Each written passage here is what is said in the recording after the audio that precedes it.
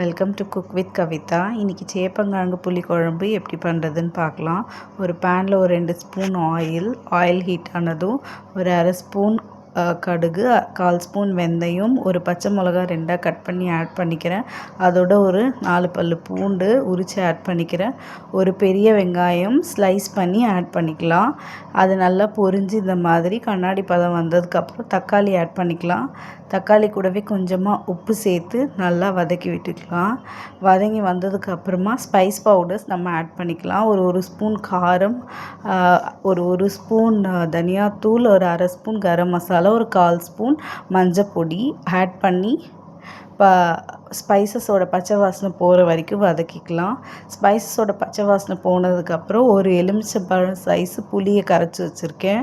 அதை நம்ம ஆட் பண்ணிக்கலாம். ஆட் பண்ணி புளியும் ஸ்பைசஸ்ஸு புளியோட பச்சை வாசனை எல்லாம் போகிற வரைக்கும் நல்லா வதக்கி விடணும். வதங்கி ஓரளவுக்கு இந்த மாதிரி திக்கானதுக்கப்புறம்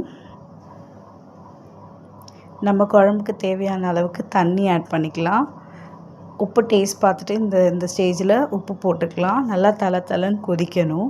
கொதிக்கும்போது நம்ம சேப்பங்கிழங்கு போட்டு ஒரு 10 மினிட்ஸ் மீடியம் ஃப்ளேமில் வச்சு எடுத்து குழம்பு ஓரளவு திக்காகிடும்.